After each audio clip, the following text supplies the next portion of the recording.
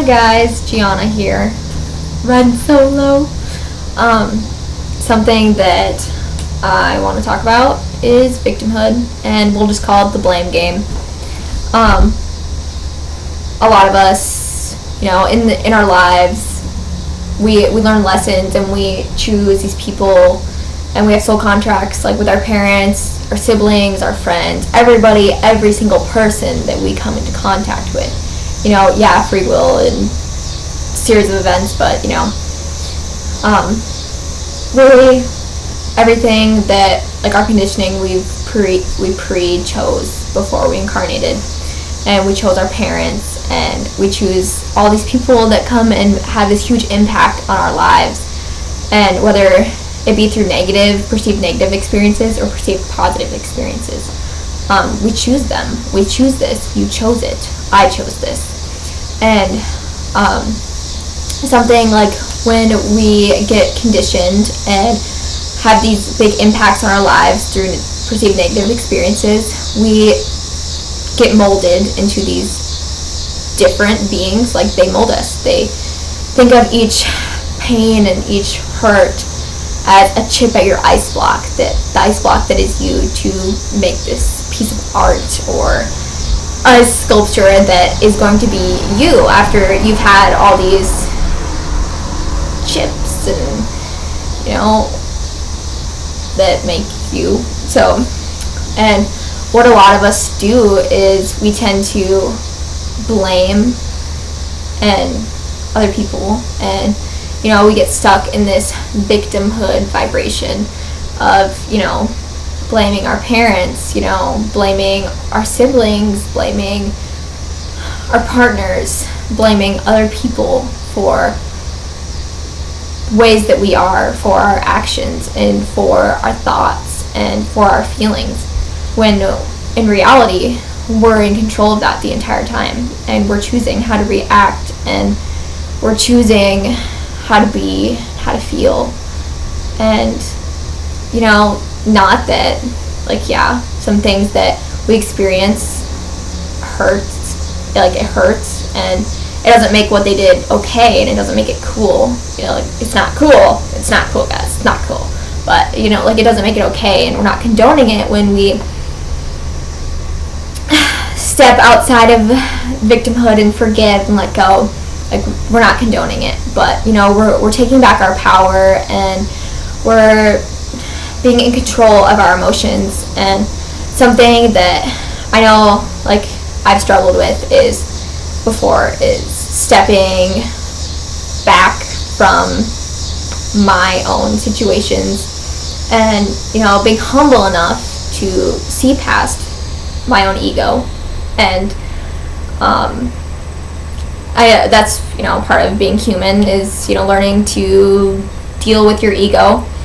And that's something that we all should do. And when we're going through these hard experiences, just kind of take a step back and look at it from a non-jaded outer perspective. And I guess that's something that me and Genevieve do a lot. And we take a step back and are humble enough to, when we choose to be, I guess, to view our experiences from an outside perspective and look at all these spiritual lessons in there. And it's a lot easier to look at somebody else's experience and somebody else's life and see what they're doing wrong and what they need to do to not be that way or not have these negative experiences, as compared to looking at our own lives. We're so jaded to ourselves, and we're so jaded, and that's okay, because whatever, it is what it is. But it's something that we all need to do sometimes, just take a step back. And I know that for a long time, I did dwell in that victimhood vibration, and I wanted to blame my parents, people outside, people at school, people friends or boys or whatever, for being the way that I was, for being so angry. And something you're probably going to hear me refer back to a lot is my angry phase, because there was a point I was so angry, and I was in the victimhood vibration, and that was because I was so hurt by all these experiences, and that I had to shape me into the Gianna that I am today. So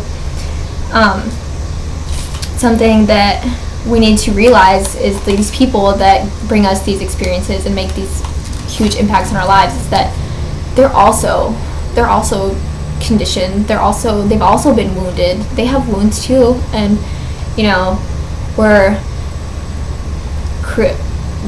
we allow them to create wounds for us as well. We allow them to teach us these lessons and create these wounds so we can heal them and learn from them and evolve past those wounds. And who would we be without those wounds that we healed? But who are we when we allow those wounds to overtake us? It's like you need to overcome them and grow past them and heal them and evolve, and that's what it's all about, I guess, really. And something that, just remember, like, we're all innocent, and we're all just like to look at somebody in your life that's bringing all these negative experiences to you, how they're so vicious and vile to you all the time. Look at them and see them for that innocent, divine spark that they are. That divine spark that has just had so many wounds in this lifetime. And then they're creating some wounds for you, I guess, too. So,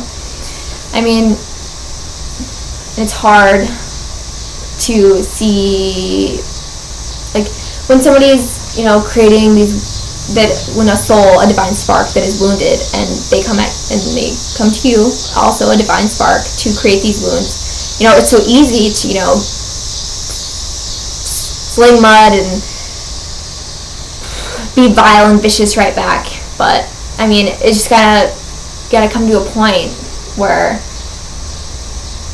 you see them for that innocent being that they are, and that divine spark that they are, because that's what we all are. And to be humble and realize, like, what buttons they're pushing of yours. Why do you have those buttons in the first place? Where did those buttons come from? So, like, it's all, they're just pushing on issues of yours.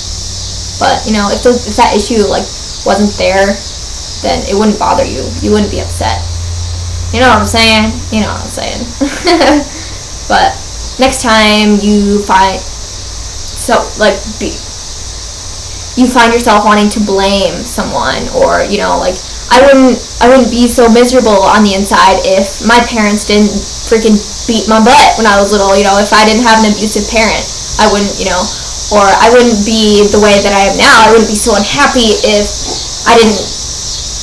I weren't screwed over by, like, so many people in relationships, or, like, you know what I mean? Like, you need to step back and be humble enough to see your part in it, to see your wound, and become conscious of the wound, so that you can heal it, and so that you can evolve and become this greater being, and become closer, become more in tune with your divine spark. And we just all are so wounded. We're all so hurt, and not a lot of us know how to heal that. So just heal it and become conscious of your wounds. And I guess that's it. So, love you guys.